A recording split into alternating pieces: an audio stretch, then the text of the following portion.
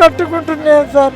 కానీ మా ఆనందం అంతా ఆ వైఎస్ఆర్సీపీ అతను దౌర్జన్యానికి దొమ్మికి అతను చేసే హత్య చేయటానికి అన్నిటికీ నేను బలైపోయాను సార్. నన్ను కాపాడండి సార్. నన్ను తాకరాని చోట తాకుతూ నన్ను కొట్టి తొడల మీద ఎగిసి కాలుతుందంతా కింద పడ్డాను సార్. అది అందరూ చూశారు. మీరు నా ఇంటి దగ్గరకు వచ్చి ఆ వీడియోలో ఉన్న వాళ్ళని విచారించి నిజాలు తెలుసుకొని నాకు న్యాయం చేయండి సార్. పవన్ కళ్యాణ్ గారికి చంద్రబాబు నాయుడు గారికి నేను విన్నవించుకుంటున్నాను సార్. ఒక లేడీగా నన్ను కాపాడండి సార్.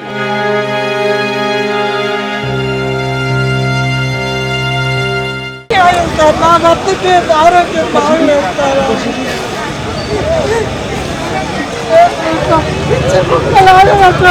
నా మీద ఒకడు నా మీద వైఎస్ఆర్సీపీ వాడి దౌర్జన్యంగా పిచ్చి కుక్కలాంటి వాడి నాపై దాడి చేసి నన్ను హింసలు చేశారు సార్. నీ పరువు తీస్తా ఊర్లో నా కూతురు అయితే చంపేస్తానన్నది ఆ వీడియోలు కూడా నా దగ్గర ఉన్నాయి సార్. మీ దాకా చేయండి, నాకు న్యాయం చేయండి సార్. రాజకీయ పలుకుబడి చేసి కోవూరు పోలీస్ స్టేషన్లో నాకు నా భర్తకి న్యాయం చేయట్లేదు సార్.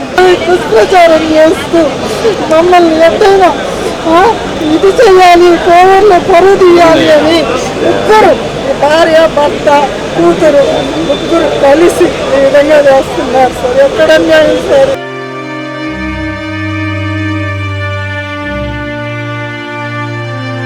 నా పేరు పోలిశెట్టి ప్రభావతి సార్. మా భర్త పేరు వెంకట సుబ్బారావు సార్. మాది కోవూరు మండలము. మేము కోవూరు గ్రామ వాసులము. మాకు పూర్వీకులకి మా భర్త ద్వారా వచ్చిన పూర్వీకుల స్థలంలో మేము పితార్జితం తీసుకున్న స్థలంలో కన్స్ట్రక్షన్ మొదలుపెట్టాము సార్. అది ఇద్దరు అన్నదమ్ములు మా వారికి, మా భర్త మా బావగారు. వాళ్ళల్లో మా బావగారి భాగము చేజర్ల సీతారామరెడ్డి అనే అతను మా బావలు, మా చిన్న బావ మా బావ ఇద్దరి దగ్గర కొనుగోలు చేసినారు సార్. మా భాగం మేము అమ్ముతామని ఎప్పుడూ చెప్పలేదు సార్. కానీ అతన్ని దురుద్దేశంతో మొత్తం మాది కూడా దౌర్జన్యంగా తీసుకొని మొత్తం అపార్ట్మెంట్ కట్టుకోవాలనే ఉద్దేశంతో అతను వైఎస్ఆర్సీపీ అతను సార్. మమ్మల్ని కొనుగోలు చేసిన దగ్గర నుంచి మమ్మల్ని బెదిరిస్తూ వాంటెడ్గా ఒక్క ఆడ మనిషిని నన్ను బెదిరిస్తూ వల్గర్గా మాట్లాడుతూ చాలా అసభ్యంగా నేను నోటితో చెప్పలేని విధంగా నాపై దౌర్జన్యం చేస్తున్నాడు.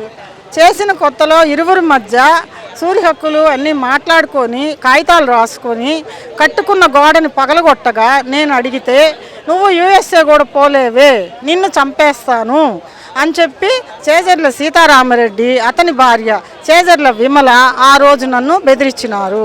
నేను ఆ విషయమై పోలీస్ స్టేషన్లో ఫిర్యాదు చేసినాను. దానిపై ఏ యాక్షను తీసుకోలేదు. అతని మీద రాజకీయ పలుకుబడితో అక్కడ ఏది న్యాయం నాకు జరగట్లేదు. నేను మా పాప దగ్గర యూఎస్కి వెళ్ళిపోయాను. వచ్చిన తర్వాత మేము కన్స్ట్రక్షన్ మొదలు పెట్టేదానికి వెళ్ళాం సార్. వెళ్ళాక చేజర్ల సీతారామరెడ్డి కూతురు విమల, భార్య విమల, అతని కూతురు వైష్ణవి ముగ్గురు కలిసి మా స్థలం శుభ్రం చేసే క్రమంలో నన్ను లోపలికి కూడా పోనీయకుండా వాళ్ళు కర్రలు నాటి కూలి వాళ్ళతోటి నన్ను దౌర్జన్యం చేసి నువ్వు ఎట్లా కడతావో చూస్తాను ఇల్లు, నిన్ను కట్టనివ్వను, కట్టు చూస్తానని నన్ను బెదిరించినారు. నా దగ్గర సాక్ష్యాలు కూడా ఉన్నాయి సార్. వీడియో రూపంగా నేను మీకు తెలియజేస్తాను. మరలా నేను మొదలుపెట్టి పెద్దల సమక్షంలోకి వెళ్ళాను. పెద్దల సమక్షంలోకి వెళ్ళాక అందరూ పరిష్కారం, గ్రామ పెద్దలు, అతని తరపు వచ్చిన పెద్దలు, ఇంత శ్రీకాంత్ రెడ్డి అనే అతను అందరూ కలిసి పరిష్కారం చేసి కట్టుటకు అందరూ చూసి మా స్థలం ప్రాపర్టీ చూసి నువ్వు నిర్మాణం చేసుకో అంటే నేను నిర్మాణం చేసుకుంటున్నాను సార్. చేసుకున్న తర్వాత ఎట్లయినా ఆపిచ్చేస్తాము, నిన్ను కట్టనీము అని అంటూ నన్ను ఒక్కదాన్నే చేసి బెదిరిస్తూ నాపై ఎప్పటికప్పుడు వల్గర్గా మాట్లాడుతూ నన్ను ఆపాలనే ప్రయత్నం చేస్తానే ఉన్నారు. మిద్ది మీద నేను ఇల్లు కట్టుకుంటూ ఉంటే గోడ నిర్మాణం చేసుకుంటున్నాను.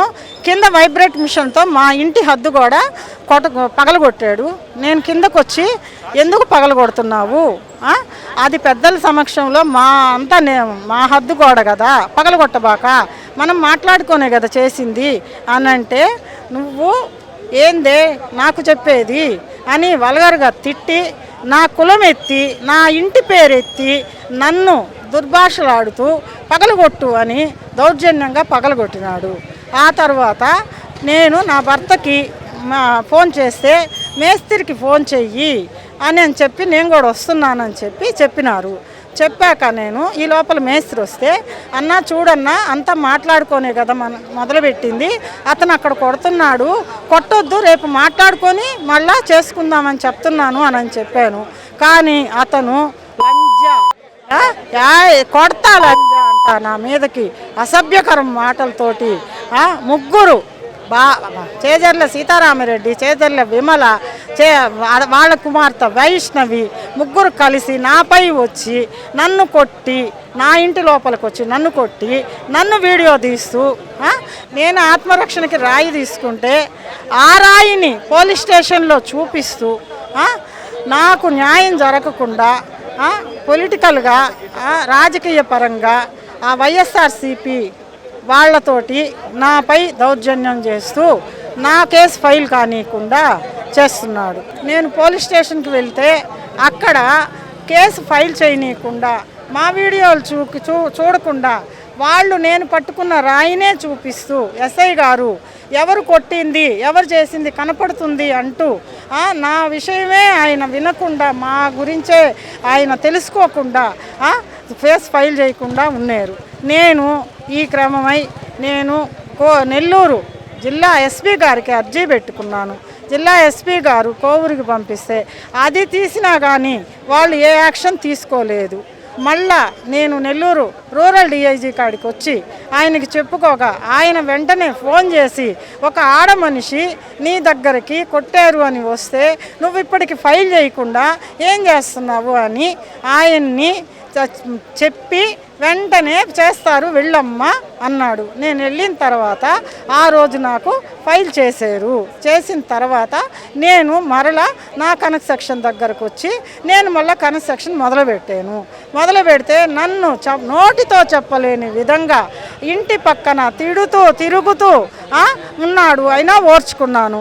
కానీ ఆ రోజు నేను కిందకు వచ్చేటప్పుడు అతను చెట్టు చాటు నుంచి ఫాస్ట్గా వస్తూ నన్ను లంజా నువ్వు కేసు పెడతావా అనంటూ నేను నోటితో చెప్పలేని విధంగా మాటలు మాట్లాడి అసభ్యకరంగా మాట్లాడి, నేను నోటితో చెప్పలేను ఆ మాట అని అన్నాక నేను చొక్కా పట్టుకున్నాక పట్టుకోగానే వాలేడు. వాలిన తర్వాత ఇట్లా పట్టుకున్నాక అతను ఏంది నన్ను అంటున్నామని చెప్పి వాలేక లేచి నన్ను కాళ్ళ జాత కొట్టి నా గుండెల మీద నన్ను తాకరాని చోట తాకుతూ, నా గుండెలు గుద్దుతూ, నా నుదురు గుద్దుతూ, నా గొంతు పిసికి, నన్ను ఇసుకలో నా తలంతా ఇసుక, నా మెడంతా వాసిపోయి నన్ను గట్టిగా గొంతు పిసికినాడు. నన్ను హత్య చేయబోయాడు. ఈ విషయమై నేను కోవూరు పోలీస్ స్టేషన్కి వెళ్తే నాకన్నా ముందు మల్లారెడ్డి అనే అతను, మల్లారెడ్డి అనే అతను, శ్రీకాంత్ రెడ్డి అనే అతను అక్కడ ఉండి ముందు వాళ్ళు నేను అతన్ని తోసేను అని చెప్పి నా మీద కేసు ఫైల్ చేయించారు. నేను చెప్పేది ఏది వినకుండా నన్ను కొట్టినాడు, నన్ను తిట్టాడు, నన్ను కొట్టాడని నేను స్టేట్మెంట్ ఇచ్చాను. కానీ ఎందుకు అన్నాడు, ఎందుకు నువ్వు తోసేవు, ఇది ఏమీ విచారణ చేయటం లేదు సారు. నన్ను ఆడ మనిషిని ఈ విధంగా నన్ను తాకరాని చోట దాకుతూ నన్ను తొడల మీద అంతా నన్ను కొట్టి నాకు ఎర్రగా కందిపోయింది సార్. నాకు ఆ ఫోటోలు అన్నీ ఉన్నాయి, నేను మీకు చూపిస్తాను. ఈ విషయమై బయటికి రావడం లేదు సార్. నేను చంద్రబాబు నాయుడు గారికి, పవన్ కళ్యాణ్ గారికి లోకేష్ సార్కి నాకు ఈ వార్త చేరి ఒక లేడీగా ఒక బలిజ కులంలో పుట్టిన దాన్ని నన్ను కులదేశన చేస్తా, నాపై దౌర్జన్యం చేస్తా, నన్ను ఈ విధంగా జరుగుతుంది సార్. ఒక ఆడ మనిషికి న్యాయం చేయండి సార్. నా భర్త నేను ఇంకా 10 నెలల్లో నా భర్త రిటైర్ అవుతాడు. నాకు 19 ఏళ్ళ బాబు చనిపోయాడు. ఆ బాబు గుర్తుగా మేము ఆ ఇల్లు కట్టుకుంటున్నాము. మా పాప దూరంగా యుఎస్లో ఉంది సార్. ఆ పాప దగ్గరికి సంతోషంగా ఇల్లు కట్టుకొని మేము సంతోషంగా పాప దగ్గరికి వెళ్దామని ఎంతో ఆనందంగా కట్టుకుంటున్నాం సార్. కానీ మా ఆనందం అంతా ఆ వైఎస్ఆర్సీపీ అతను దౌర్జన్యానికి దొమ్మికి అతను చేసే హత్య చేయటానికి అన్నిటికీ నేను బలైపోయాను సార్. నన్ను కాపాడండి సార్ మీరు. నేను ఇదంతా మీకు చెప్పుకోవాలని మీడియాకు వచ్చాను సార్. ఇది చాలా రోజుల నుంచి జరుగుతుంది. నా మీద చాలాసార్లు అటాక్ జరిగింది. నన్ను కాపాడండి సార్. పవన్ కళ్యాణ్ గారికి చంద్రబాబు నాయుడు గారికి నేను విన్నవించుకుంటున్నాను సార్. ఒక లేడీగా నన్ను కాపాడండి సార్. నన్ను తాకరాని చోట తాకుతూ నన్ను కొట్టి తొడల మీద ఎగిసి కాలుతుందంతా కింద పడ్డాను సార్. అది అందరూ చూశారు. మీరు నా ఇంటి దగ్గరకు వచ్చి ఆ వీడియోలో ఉన్న వాళ్ళని విచారించి నిజాలు తెలుసుకొని నాకు న్యాయం చేయండి సార్. నా భర్త చాలా బాధపడుతున్నాడు సార్. నా భార్యకి ఇంత జరిగితే ఒక్కరు కూడా న్యాయం చేయట్లేదు అని మీరు మమ్మల్ని కాపాడండి sir. Doctor Rajasekhar eye hospital super speciality eye care centre. కంటి ఆపరేషన్లకు చెన్నై, మధురై వెళ్లనవసరం లేకుండా ప్రపంచ స్థాయి ఆధునిక ఆపరేషన్లు ఇప్పుడు మన నెల్లూరులో. సత్యసాయి భజన మందిరం ప్రక్కన 3వ మెయిన్ రోడ్, రామ్మూర్తి నగర్, నెల్లూరు.